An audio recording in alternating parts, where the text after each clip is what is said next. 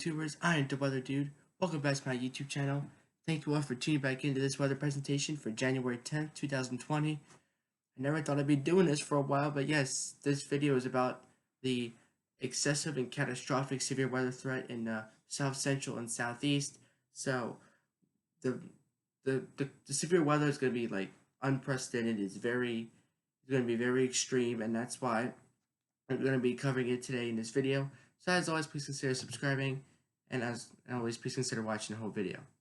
Now, what I want to show you first is the GFS. Now, these are the winds, yes, but they are winds at 5,000 feet, and I'm going to explain why I'm showing you this particular one. So this is the GFS model. This was 2 o'clock earlier. So as you can see, we do have some winds at 5,000 feet, kind of like, that it's high up in the atmospheric, but it's not like, too far up. It's only about, 5,000 feet, but so basically probably almost a mile up. And we got winds of over 50 knots, okay, because we got over 60-mile-an-hour winds, probably nearly 70 down towards the Gulf Coast. Now, that's not at the surface, that's at 5,000 feet. But what I'll be showing you later is how these winds can actually translate to the surface. So, whoops, that's too far. I don't want to go a week out. But here we go. This is when we start to get really interesting. So here is overnight. Now, this is 2 o'clock overnight. And look how northeastern Arkansas, I'm starting to see these little dots. Okay, you can tell because they form in little dots, you can tell these are like little supercells of winds at 74, 76 knots at 5,000 feet. And that's like over like 85 miles an hour. Okay, and what happens is, look at this.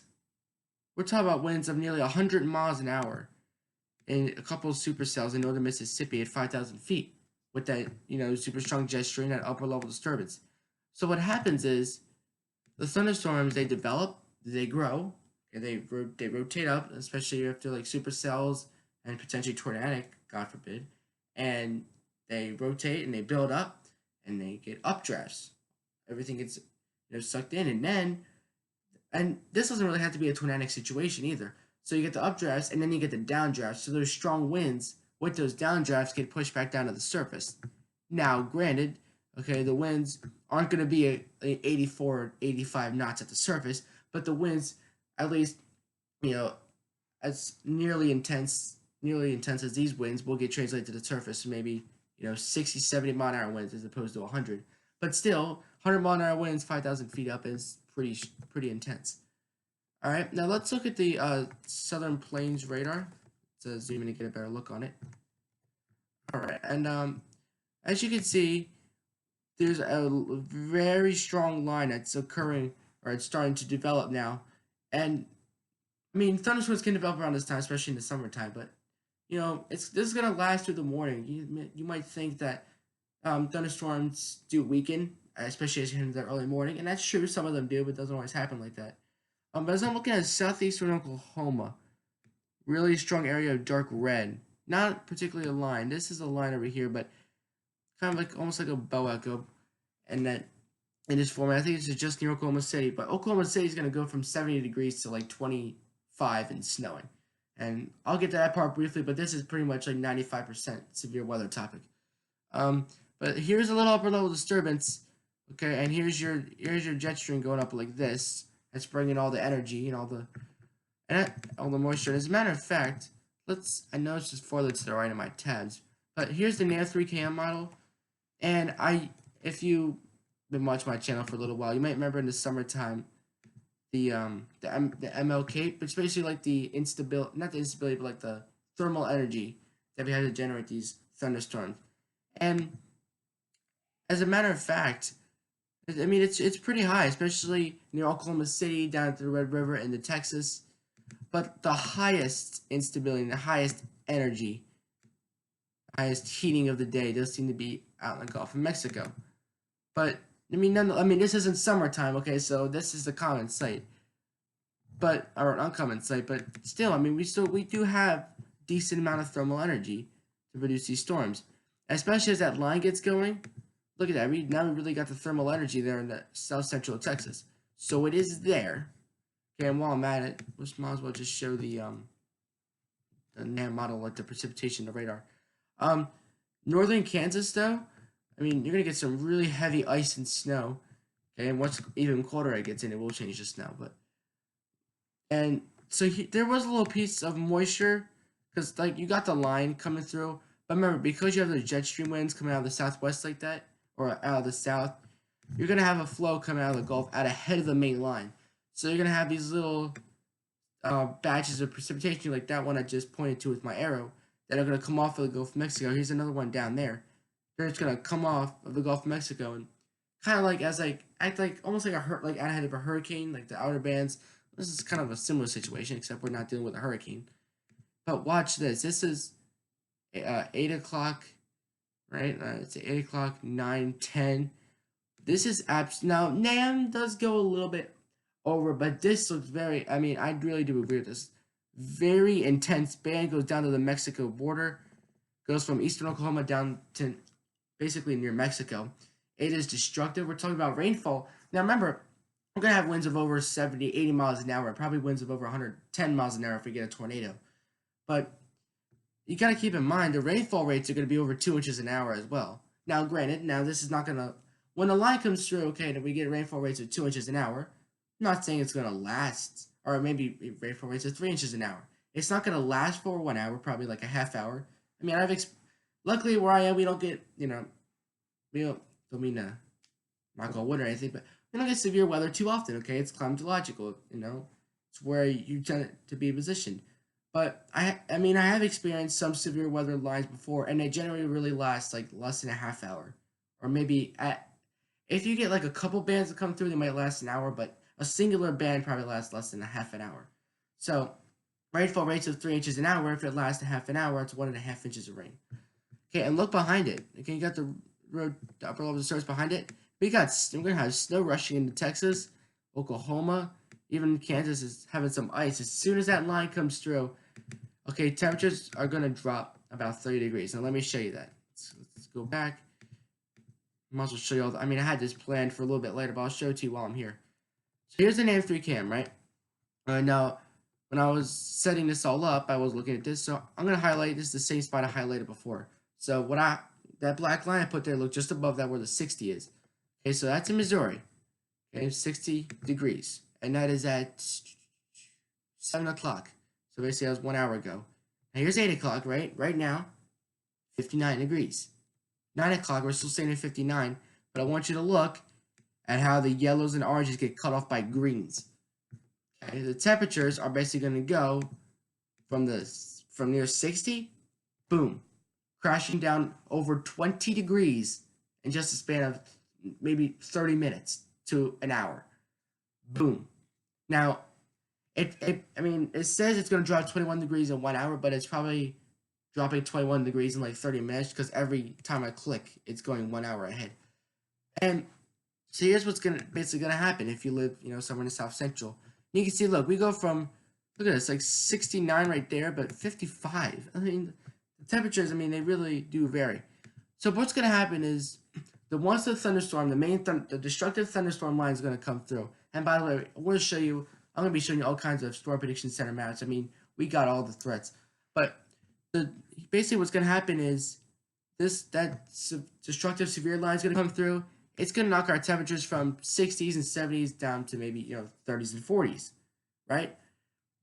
Now, that's going to be the biggest, that's going to be the most significant drop right there. Think of like on Splash Mountain, that's like the big drop towards the end. That's what I'm talking about. But then you have another mini drop, like the roller coaster analogy, okay? It's going to be another drop in temperatures. Won't be quite as drastic, but it's going to knock our temperatures from the 30s, 40s, and maybe 50s down into the 20s and 30s. And that line is right there. So you got the thunderstorm line. It's going to come through, knock our temperatures down 20, 30 degrees. And then you got your other line. It's going to knock your temperatures down below freezing. So there's the one line. There's the other line. You can just tell by the drastic changes, like where the colors change. You can really tell where that all is.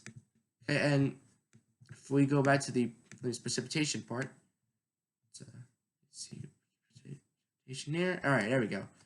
And we can just see reds and magentas popping up on the radar. This is going to be very, very destructive. And winds could exceed 70 miles an hour, but again, probably 110 if you get a tornado. And now look at this. Super heavy snowfall comes in on the back side. Snow and sleet that could rack up a few inches possibly.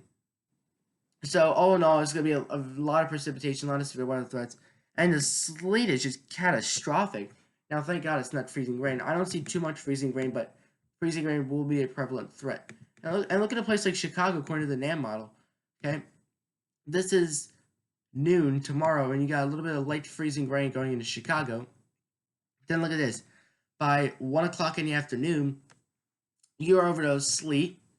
2, so sleet, 3, sleet, 4, we get a little break. Then 5 o'clock, we're back into sleet. Once that quarter really comes rushing in behind that low. 6 o'clock, 7, 8, 8 or 9 o'clock, we briefly flip over to snow. A little band comes through, and that's it for Chicago. So let's go to the briefly snowfall. Chicago, a few inches according to the NAM. But like I said, I mean, this is all, bull. I mean, don't trust 10, 13 inches. I'd say more like a few inches, but the NAM does go a little bit over. But it does give you an idea of the situation, the threat ahead of you. Here's a little southeast loop. So like I said, you got the jet stream winds coming from the south and southwest. You got winds out ahead of it coming from the south. And like I said before, that's how you get those rotating cells. And out ahead of it, on the when the wind's coming from the Gulf of Mexico, you're gonna have these tropical moisture-fueled cells, or at least clusters of rainfall. Let's go to the southeast real quick. Look at the humidity content basically and see. So here's a 2-meter dew point, right? A dew point is another great way to track this. All right, let's too far. Hey, let's go back. All right. Again, the dew points. Not only the temperature's going to drop, but the dew points are going to crash like crazy. All right. So look, again, here's that line. Out ahead of it, dew points are in the 60s and 70s. You got a flow coming in like this, moisture fuel like an ocean, like a hot tub. So you got that line. Once that line comes through again, like the temperatures, the dew points, the moisture in the atmosphere, and the dew point temperatures are going to drop 20, 30 degrees. That's the most significant drop. But then look at the one behind it. Not as drastic, but still, then our dew points are going to drop in the teens and 20s. Like, I don't know, it is pretty crazy. So here is the Storm Prediction Center outlook. Okay, so this is the convective outlook, and where you see anywhere, if you are in slight, enhanced, or moderate, that's where you really got to focus, especially if you're enhanced and moderate. But marginal, slight, enhanced, and moderate. Okay, marginal. Now technically, yes, this this very light green is not a ranking on this. Technically, it really starts off with the dark green, which is marginal. That's where it really starts off. And in terms of let me see if we can get a little update. I think the map just did update because I remember the light green area being a lot larger. But look at this, 24, 29. We're talking about 32. This is for Saturday. It's updated January 11th or updated today. But look at this. We're talking about 24. If you add this up, we're talking about 24, 20, like 35,000 or 35 million people. Okay, in the threat for severe weather. Now, looking at this before, when I was setting this up, I calculated 40 million people. Because I think the slight area really decreased. But still, okay, and that could have been because of the time period kind of made a little shift. But still, 35 million people in threat for severe weather. And that's not counting the very light green area of the people that are seeing thunderstorms. So that doesn't include that. If you include that, it's probably like 60 million people that are in the threat for severe weather. Now, tornado, okay, and I'm going to read off the places. 5-10% tornado risk. Doesn't sound like much, but it's very significant. Houston, Memphis, Dallas, Shreveport, Austin, Little Rock, Mesquite, Texas, Tyler, Texas, Plano, Texas, and Baton Rouge. Basically, like 8 out of the 10 places I just named there are very popular places in the South Central and Southeast. Very populated. Okay, the square miles is important, but what's also important is the population, the people affected. We're talking about like nearly 30 million people in a high or at least some sort of threat for a tornado. Okay, torcons of 6 in the Weather Channel, 60-70% chance of tornado within 50 miles of your given location. Now, where you see this hatch, now what does hatch mean? Basically, there's little tick marks that are going that way. Okay, if you are in that hatched area, that means significant severe. That basically means 100% chance absolute destruction in the topic that you have. So in this case, it's wind, right? Am I on wind now? Yes. Am I not on wind? Yes, wind. So basically, Austin, Memphis, Shreveport, Little Rock, and Mesquite, Texas are in significant severe. So you can see it goes from 5 to 15 to 30 to 35, 60%, and then significant. That's the highest one. Okay? Means 100% chance. Not only do you have the highest confidence to see destructive winds, but that's where you can see the most destructive winds of 75, 85 miles an hour. You can bring down trees, bring down power lines. You lose a lot of power. But even without that, okay, you're talking about 12, 26, 30, 35. It's about over 42 million people, potentially, that it could be affected by extremely damaging winds of 65 knots or greater within 25 knots of a point, or 25 miles of a point. And in terms of hail, I mean, it's still going to be, I mean, the places that have the highest chance to see destructive hail would be Houston, San Antonio, Dallas, Austin, and Arlington.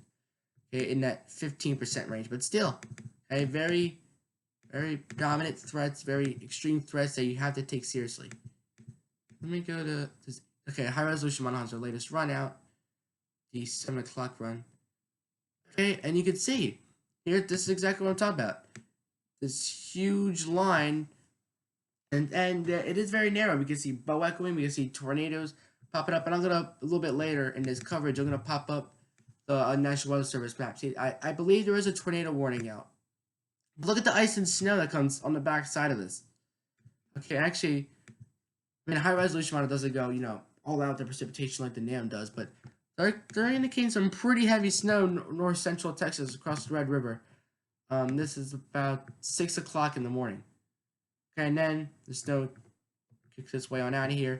Now the loop isn't completely done, so because the snow isn't quite out yet, so whatever snowfall is, add about a half inch to an inch to it. And high resolution model, man, they're putting 4 inches of snow. I can tell it's 4 because of the lavender color. They're putting 3 to 4 inches of snow in northern Texas near Dallas. So it's pretty crazy. But yes, there is going to be some, and you can tell in the fashion that it's moving, it's going to be coming in bands on the backside. And then you got your little area of initial ice and snow up there. Let me pull up that. Let me see if the National Weather Service puts out any tornado warnings or anything like that yet. Let's see. I do see a severe thunderstorm warning, and I do see a tornado warning. Ah. Okay, it's near Paris, Texas. Let's go to that. It's right on the Texas and Oklahoma border.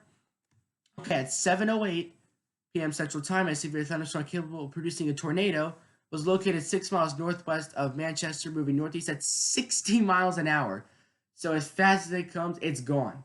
Okay, but again, fast-moving storms or fast-moving cells, thunderstorm cells, tornadic cells, they're gonna. Faster they come in, faster the more wind damage you're gonna bring too. Remember, those winds, like I said earlier in the video, 5,000 feet come down to the surface, 90 miles an hour. Hazard will be tornado and quarter-size hail, and this is radar indicated rotation. So let's go to radar.weather.gov.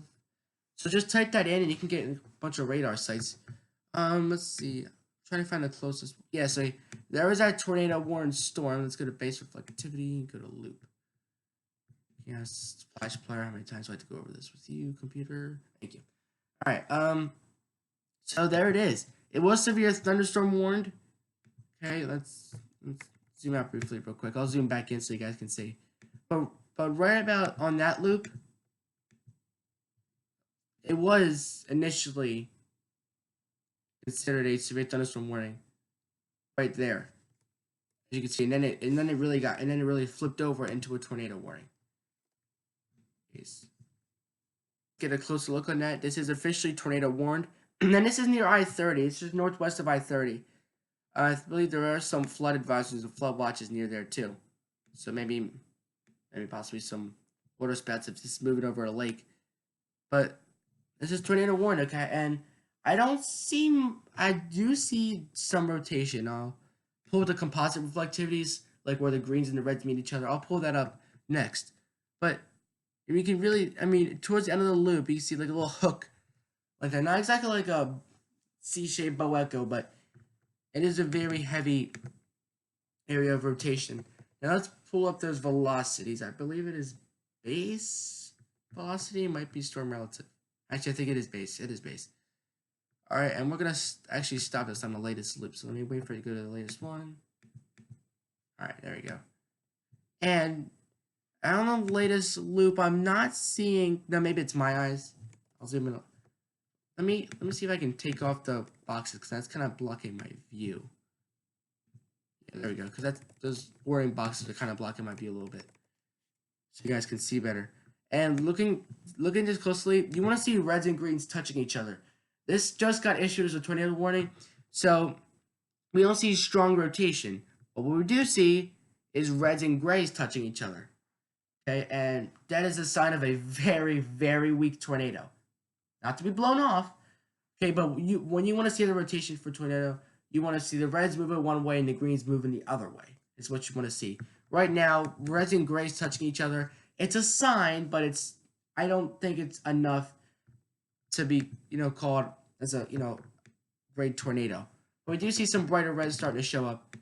And remember, even if it's not a tornado, you got damaging winds, hail, and flooding. Let's look at the rainfall rates in 1 hour with these given cells. And where that tornado warning storm is, let me zoom on back out. Yeah, these storms are producing probably around 1.5, almost 2, but probably 1.5 inches of rain per hour, at least, where that tornado warning storm is. Like this cell right here, inch of rain an hour. So once this line starts developing, man, it's gonna get really crazy. All right, so we got, so I don't see any tornado warning storms. Other than that, I do see a severe warning near Waco. Okay, 60 mile an hour winds, a quarter size hail, moving northeast at 40 miles an hour. This is radar indicated. Hail damage to vehicles is expected. Expect wind damage to roof, siding, and trees.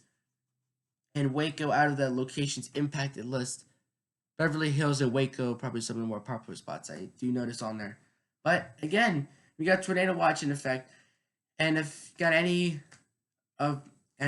loved ones or yourself that lives in this area, you really want to watch out. I'm not talking about Santa Claus either, but you really seriously do need to watch out for some 2-inch hail, a few tornadoes, and winds gusting up to 70 miles an hour. Like this is worse than what I usually experience. So, and rainfall, flash flooding too, 2 to 4 inches with isolated higher amounts are certainly possible. Definitely agree with that all the way. Okay, so there's your alerts again, like I showed you. Here's a little weather channel graphic here to show you. Okay, again, we do have that severe warning near Waco. This line is just starting to get together, and we're already seeing a tornado warning. We've seen a few severe thunderstorm warnings. And of course, we do have our tornado watches and severe watches out. So, all in all, greatest threat in that moderate risk. This is related to the Storm Prediction Center map. This is kind of like, this is the weather channel, but it's kind of like using the Storm Prediction Center's map, almost kind of. So from Dallas to Little Rock to Shreveport and Memphis, that's your very likely. Like that, you see that purple and white, which there's no white, but purple and white is really a serious threat. Even the dark reds, the likely area, that is still a very serious threat and should never be blown off. Even if you're shaded in anything. Like even Washington, D.C. and Baltimore, Saturday night, you could be in a severe weather threat. Even going to I-95, not quite to Philly, but still could see a thunderstorm threat. Raleigh, Charleston, Tallahassee, New Orleans, all the way through Columbus. Okay, particularly though tomorrow and into tomorrow afternoon especially, it's going to be through the southeast, and the threat will be a lot less, but again, not blown off. Talk about New Orleans, Jackson, Memphis, Huntsville, or Nashville.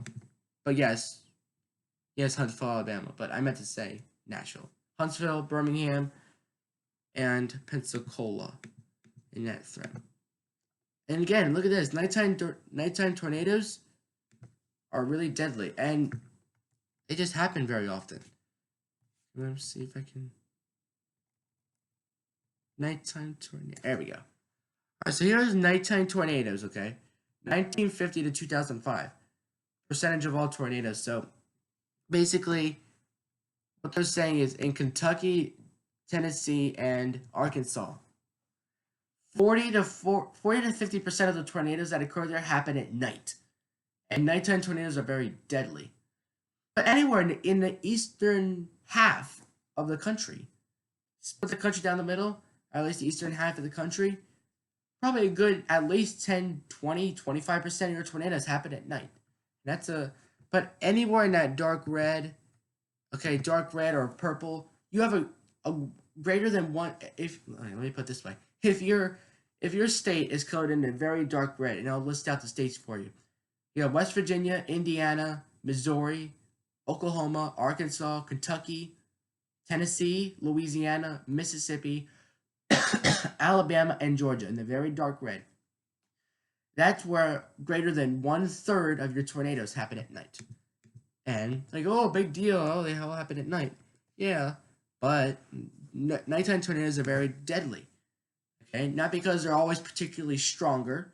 Okay, you're not gonna be able to see them even if you are awake. For one, you're sleeping. Okay, so you probably won't know it's coming unless you really want to stay up for it. But even if you are awake, even if you're dead awake, but you can't see, the tornado blends in right with the darkness unless you have like a ton of street lights. So nighttime tornadoes, most of them occur. Now, if I would add all these up and do like percentage calculations, I would, but over 2,000, actually, over 2,200 out of the, if I had to add all these up real quick, I'd say maybe 4,000 on this list of tornadoes. All of them usually they usually happen April, May. Okay, so you can see, I mean, the winter months, like January, is 271. So that's some of the lowest. It's kind of interesting how the nighttime tornadoes go up. They go down 2, 4, 3, 2, 2, 3, 7. They briefly spark up into the fall, and then the winter we really drop back. So fall is another whole season you got to worry about. But look at this. You have a moderate likelihood of tornadoes and a moderate likelihood of EF2 plus tornadoes. Those are winds with at least 115 miles an hour. Okay, that can happen in this is like a mesoscale. That happen in that red area. It's a possibility. And there's your convective outlooks. Here's another mesoscale discussion here by the Storm Prediction Center. Severe tornado risk. Okay, continues, and it will expand east over time.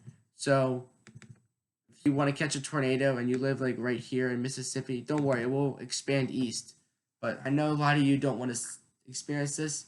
You gotta get through tonight, and early tomorrow you will be good. But briefly, the snow topic here: freezing rain, sleet, and snow, eastern Iowa all through southern Wisconsin, northern Illinois. But in that turquoise shading, around Green Bay, Wisconsin, down through Des Moines or just east of Des Moines, Madison, Wisconsin, in that teal shading, or the turquoise, you have the greatest likelihood within that quarter to see heavy snow. So that is it for today's video. Hope you guys enjoyed. Again, just stay careful out there. Okay, we don't need anybody getting injured or God forbid killed. We just want everybody to stay safe, stay inside. What I usually do is, even if there's a severe thunderstorm warning, okay, my butt's down in the basement. So even if it's not a tornado warning, a severe thunderstorm warning can turn into a tornado warning really quick. Okay, so severe thunderstorm warning, tornado warning, get into the, okay, if you don't have a basement, lowest interior room, away from all windows. And if you do have a basement, of course, get in the basement or get in a storm shelter. Hopefully you guys do know that procedure. So thank you guys for watching this video. Stay safe out there. Share this with your friends, especially if they live in the threat zone. I am the Weather Dude, signing off till next time. Thank you for watching.